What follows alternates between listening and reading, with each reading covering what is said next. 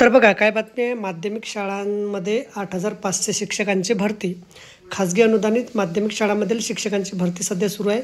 प्रत्येक पदासाठी 10 उमेदवारांना मुलाखतीसाठी त्या संस्थांमध्ये पाठवले आहे. त्यांच्या मुलाखतीहून निवड झालेल्या संबंधित शैक्षणिक संस्थेकडून नियुक्तीपत्र दिले जाईल. साधारणतः 8,500 शिक्षकांची भरती या टप्प्यात होणार असून 30 जूनपर्यंत ते सगळेजण नियुक्त होतील असं नियोजन असल्याची माहिती शिक्षण आयुक्तांनी दिली. स्थानिक स्वराज्य संस्थांसह खाजगी अनुदानित अंशतः अनुदानित शाळांमधील शिक्षकांची भरती सध्या पवित्र पोर्टलमधून होते. या धर्तीवर शिक्षकेतर कर्मचारीही भरती प्रक्रियेद्वारे होईल. त्या दृष्टीने शासनाला प्रस्ताव सादर केला आहे. तर बघा अशा प्रकारे अत्यंत महत्त्वाची माहिती आपल्याला समजली असेल. व्हिडिओसुद्धा आवडल्यास लाईक करा, शेअर करायला विसरू नका. धन्यवाद.